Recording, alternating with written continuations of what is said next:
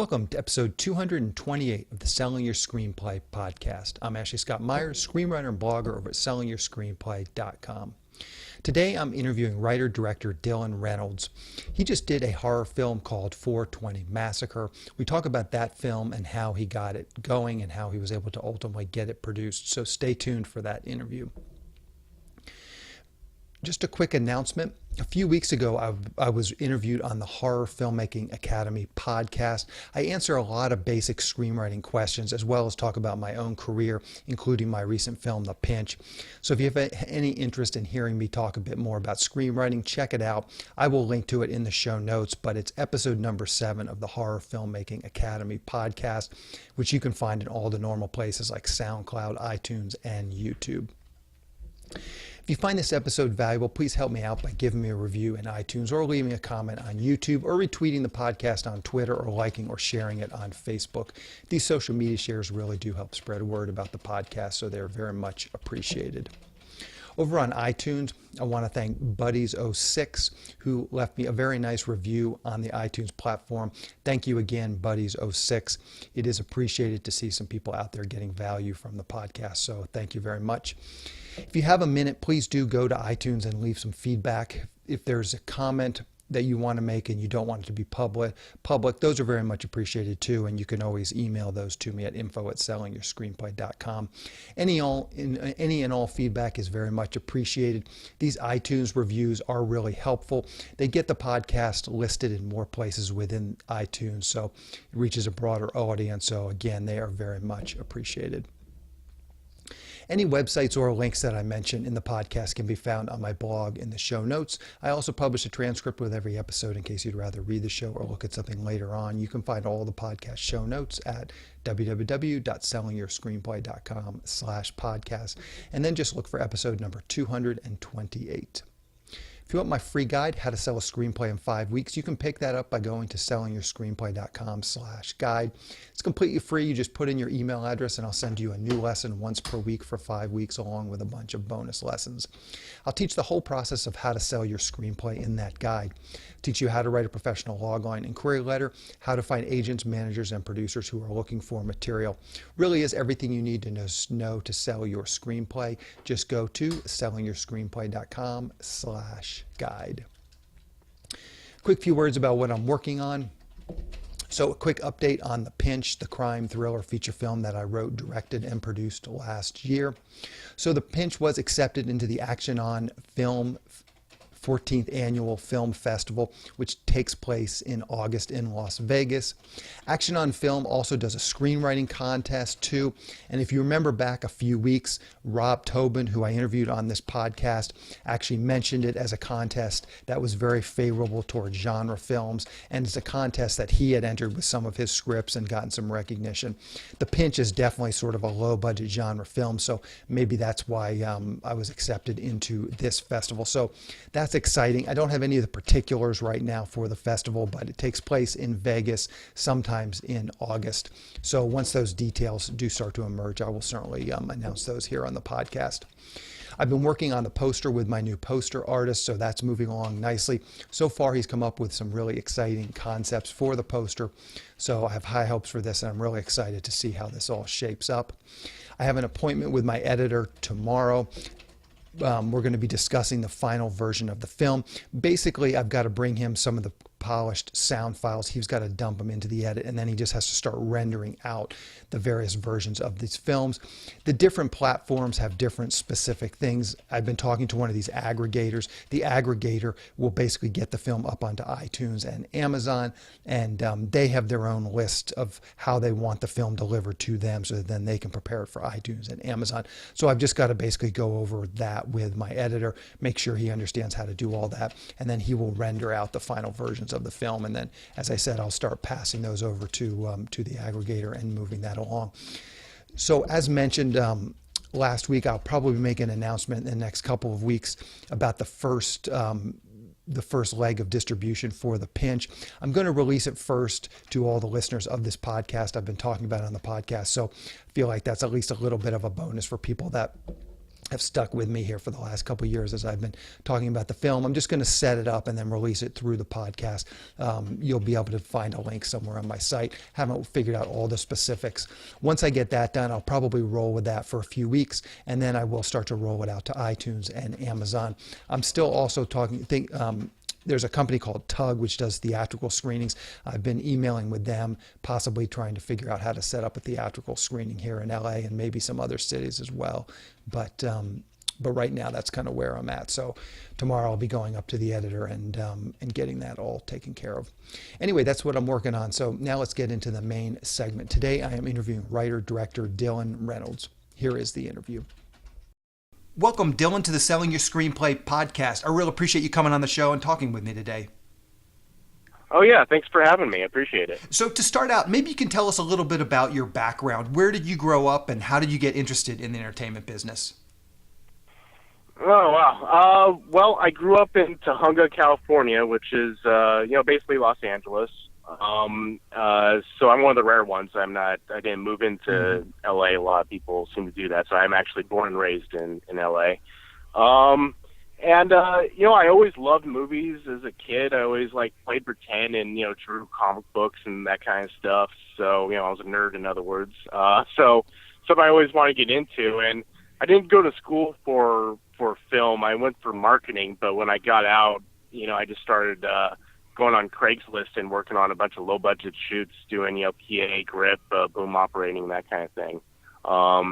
Until eventually got to make my own movie, and I'm just been kind of in the film business since 2004 in various capacities, either doing production and currently I'm working in film distribution. Okay, perfect. And maybe you can talk a little bit about getting that first film off the ground. What did you do to kind of get that going? I mean, obviously, if you're doing a lot of production work, you have a lot of contacts. You wrangled those contacts together. Maybe just talk through that process of getting that first film done. Sure. My first movie was called Chain Link, which is like a crime drama, kind of like what's that Dustin Hoffman movie, Going Straight or Straight Time. So it's along that vibe. It's about an ex-con recently released from prison, trying to get his life straight and just keep screwing up, basically. So it's a very uplifting film. I wrote it as this low budget thing, and exactly what you said. I called in favors, DP I worked with on other productions, the makeup person I worked with another movie, and I still paid them, but it was definitely on the favor level. It was just like pursuing a dream, really. Just I knew I wanted to make movies, so that was my indie. That was going to be my Sundance movie, and that didn't happen, of course. But it won a few festivals, and that was really my film school, because I didn't go to film school, so I learned all the editing and directing and scheduling and all that stuff based on that film. Yeah, perfect. So let's dig into your latest film, 420 Massacre. Maybe to start out, you can give us a quick pitch or log line for that film. It's a movie about 5 women who are going hiking in the woods for their friend's birthday, which happens to fall on April 20th, which is the National Weed Holiday. And they run afoul of a legal marijuana grow operation, and they must fight to survive the living nightmare, which is how our synopsis goes on IMDb. So where did this idea come from? What's sort of the genesis of this idea?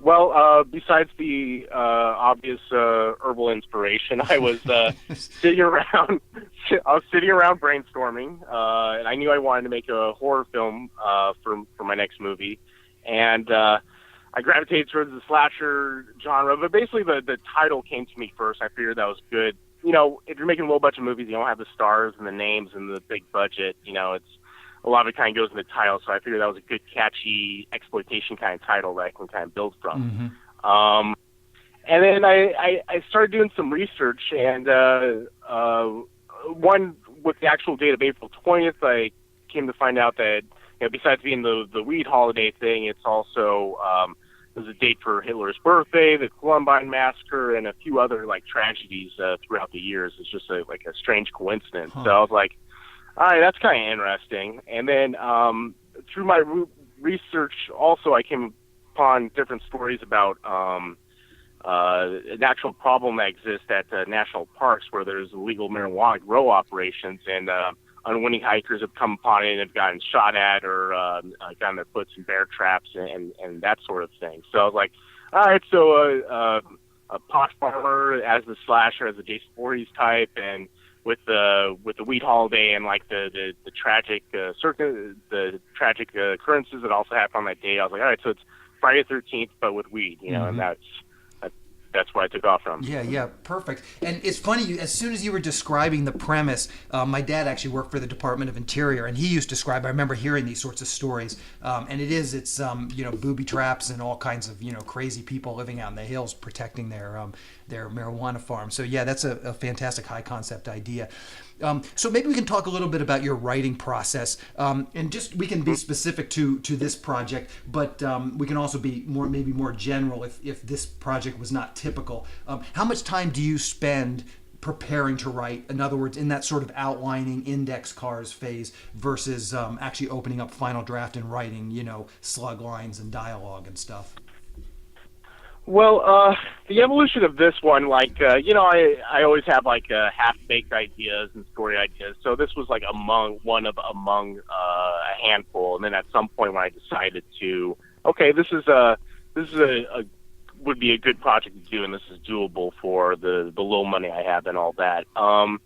So I wrote down some ideas about it before doing rough outline stuff, and then when I came back to it, basically my process for this, and everyone's got their different process, and each project will be probably different. But what I did was I did basically a different outlines, just kept going through, breaking down the characters, breaking down the story beats, figuring out where the structure is going to be, and that's just like free flowing idea kind of stuff. Mm-hmm. I guess you call it flashcards or notes, and then I had a long weekend. I think I took a couple extra days off, so literally for a week I just banged out the first draft of the script. Just every day, woke up, wrote, went for a walk, that kind of thing. Just kind of had a writing vacation. And then so I had that draft, and then we did a reading of it. I did some polishing, and I gave it to one or two people, and then some polishing. Then we did a reading with we brought some actor friends in. A couple of which ended up being in the actual movie. I actually got roles in the movie, but and then got notes from there, and then worked on it, and then got feedback from my wife, Vanessa Rose Parker, who's also a producer on the film, and this really this kept tweaking it basically. Okay, and I wonder if you could just describe for a minute this reading with the actor friends. I'm in a writers group, and we do a lot of stage readings, but maybe you can describe sort of how that goes. I know there'll be some writers out there that are just interested in maybe setting something like that up for themselves. So maybe you can just describe sort of the setting up of the process and then what it actually looks like executing that. Yeah, when decided, okay, this is the project we're going to do, and I got the script to a certain point, it was like, all right, I'm going to start showing people, let's hear what it sounds like. So basically, we picked a Saturday, we called up friends that are actors to come down, and each person was reading one or two roles kind of thing. And then I just tried to structure it out so you weren't having the same actor in the same scene kind of thing. Yeah. But yeah, and we just sat around, ordered some bagels in the morning and coffee, and everyone sat around and read the script, and then had some discussion about the characters and roles and what worked within it, and opinions from other people in the room, just basically other artists that we respected. To hear their feedback on. Mm-hmm. So I would say if someone's going to do it, just I think ideally find readers that are actors, because I've done readings where a non-actor's doing it, and I don't know if that's really helpful. So you want people that will kind of bring some life to it, mm-hmm. and then you just kind of hear what it sounds like out loud and see if it's working or see what is or isn't, and that'll help you with your rewrite process. Yeah. And you just did it in your living room, just like one Saturday morning in your living room type of thing. Yeah, exactly. Okay, perfect, perfect. How do you approach like genre requirements? You said this was basically Friday the 13th, but with weed. Was there anything that you were using as a template? You mentioned you work in distribution. Were there some tips that maybe you got from some of the people in distribution that said, you know, horror movies have to have these elements? Maybe talk a little bit about that. Sort of what did you do just in terms of the horror expectations, and how did you use those and maybe subvert them? Well, this project leaned towards the slasher subgenre, so I did research on those films, especially a lot of the first phase ones, like going back to First Halloween, Black Christmas, Texas Chainsaw, and then some of the more obscure ones like Just Before Dawn, Final Terror, The Burning, and the slasher subgenre in particular is a pretty specific structure. You know, you have your setup and people get killed, and then you have your final confrontation. So it's one of the more stringent kind of structures. So my personal approach to it was like, all right, so this is the formula. These are the type of characters. So let's try and approach everything with like try to do something a little different within that framework, which is why all the characters are female. So at some point, like for example, at one point I was writing the stoner character Donna as a guy, so it was just been a stoner dude kind of thing. But I figured, seen that a billion times, so I gender switched that, and then that I ended up gender switching everything and just kind of gave a different flavor and layers to it, I think. And then as far as distribution goes, mainly with the title, I knew a little bit of stuff. The horror genre is very crowded. Coming from the distribution perspective, the horror genre is very crowded, and there's a lot of titles, like literally every day, week, stuff is going up. So, you know, I knew I just had to try to think of something with a hook to it, and usually a good way to build in the hook is with the title or the concept or something that really sells it to people, because you don't have the names or the marketing budget to really get that kind of attention. So I planned it like that. Yeah, and I'm curious what you just said, that the horror sort of landscape is very, very crowded. There's a lot of horror movies. And so was there ever any thought to do a thriller or an action movie or maybe even a comedy or something else in another genre that maybe is not quite so crowded? I think there was definitely moments where I thought there may be a smarter way to spend my life savings, like going to Vegas for one. But you know, I really wanted to make a horror movie, so I did the worst thing every artist does, which is like, don't listen to the naysayers, or what the smart thing to do is just do the thing that you feel passionate about or that you believe in.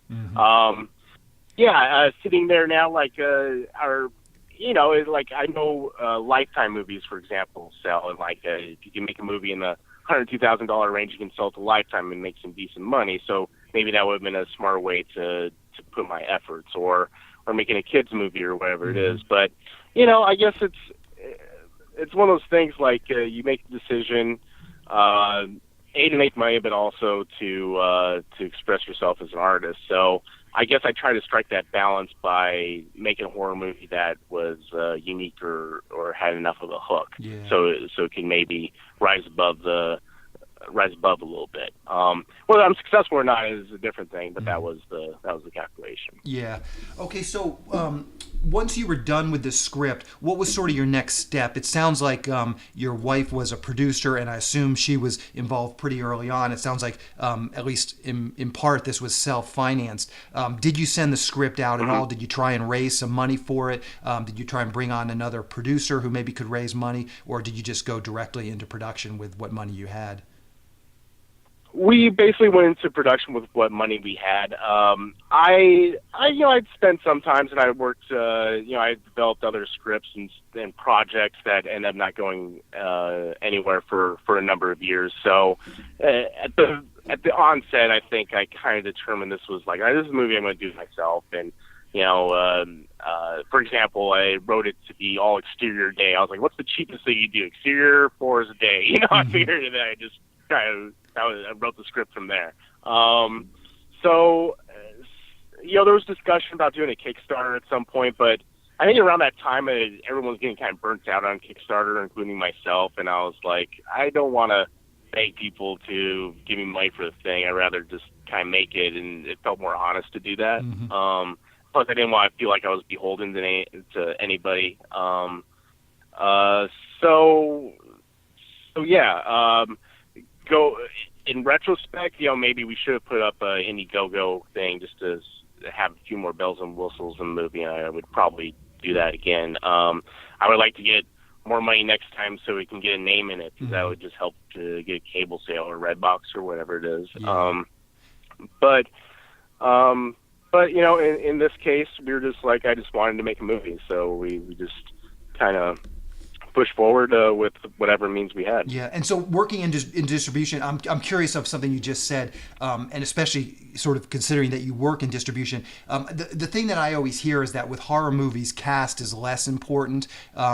And do you think that's true, or do you think that even a low-budget horror movie could benefit from some name cast? I think a name in a movie is always worth more than the same movie without a name. Mm-hmm. Now, not to call out certain names, but you get like Eric Roberts and Michael Madsen's kind of thing. Like those could still help, and those are good, but it won't necessarily guarantee you anything. But it's, I guess how I usually describe it is a movie is not really worth anything more than the DVD it's printed on. It's like, so your job as a producer, filmmaker, or whatever is to add value to that. So is that, did it go to Sundance? Does it have so-and-so in it? Is it got a certain genre that's really appealing right now? So I think the calculation should always be, how do I add value to this? And one of those solutions, and one of the easiest ones, is to get a name in it. Mm-hmm.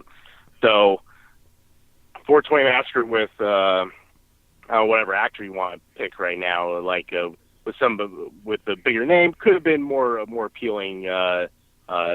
Selling to some outlets, especially when you get into cable and that kind of stuff. Yeah. But it's not.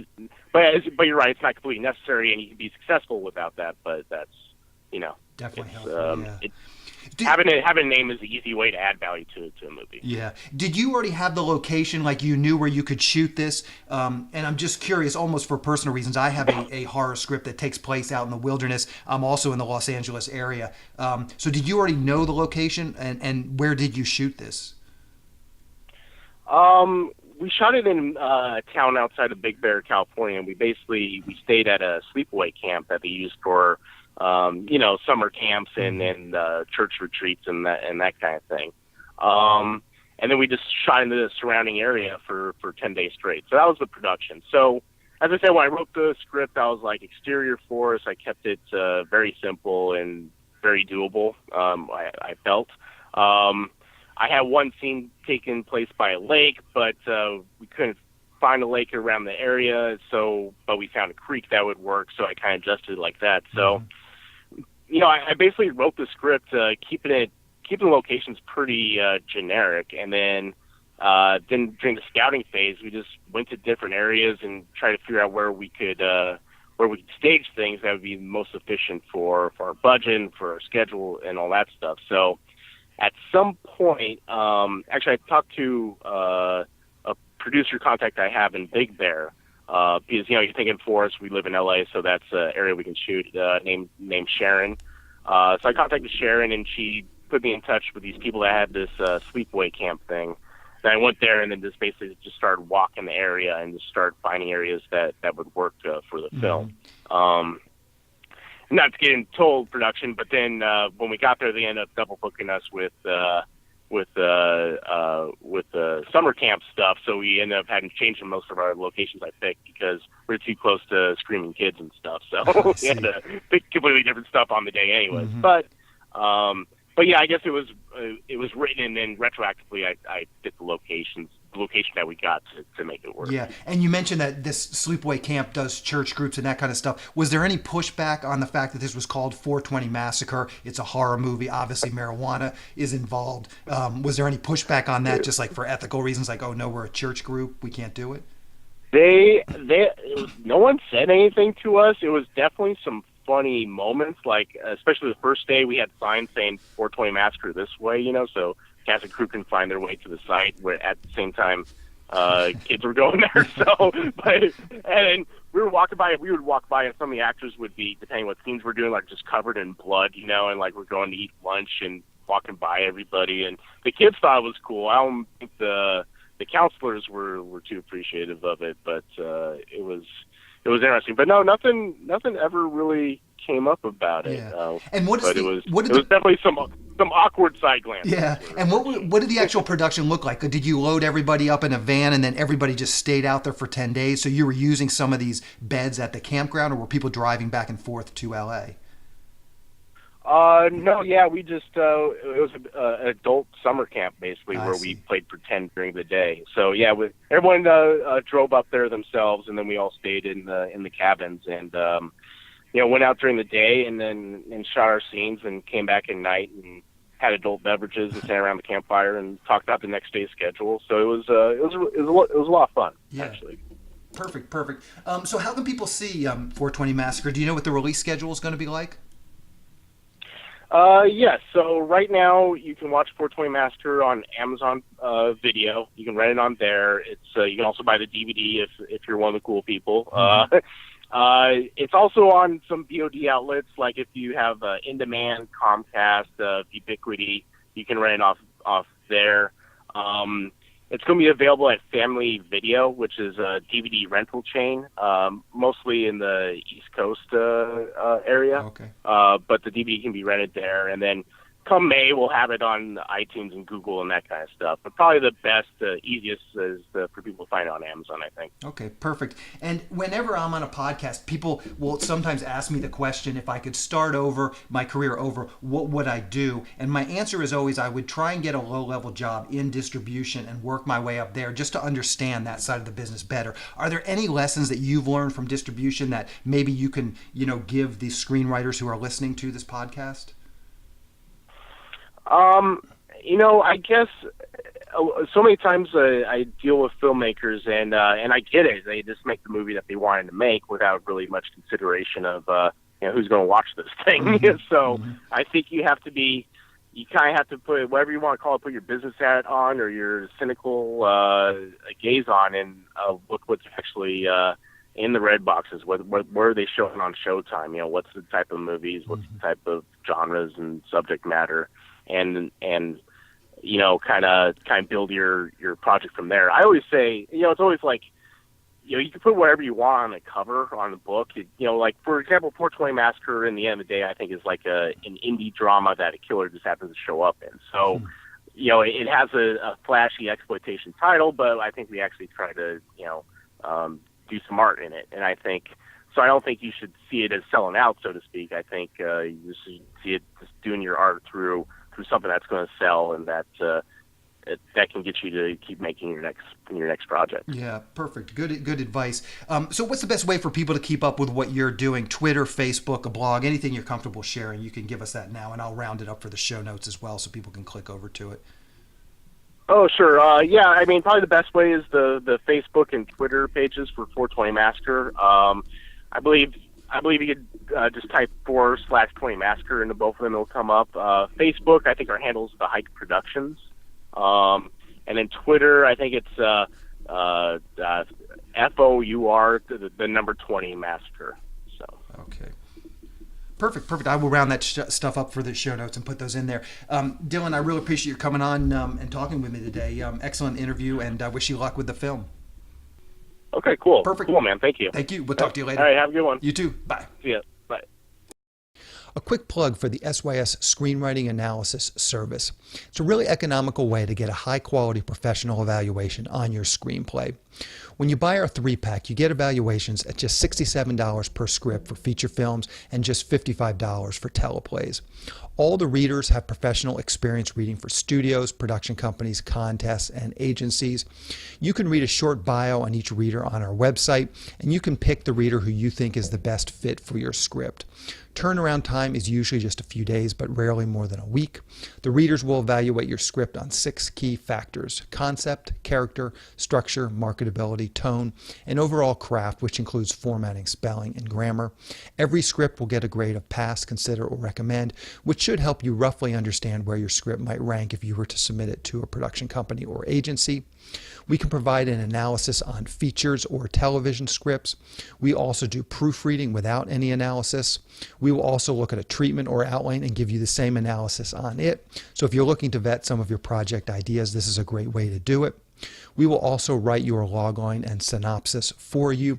You can add this logline and synopsis writing service to an analysis, or you can simply purchase this service as a standalone product.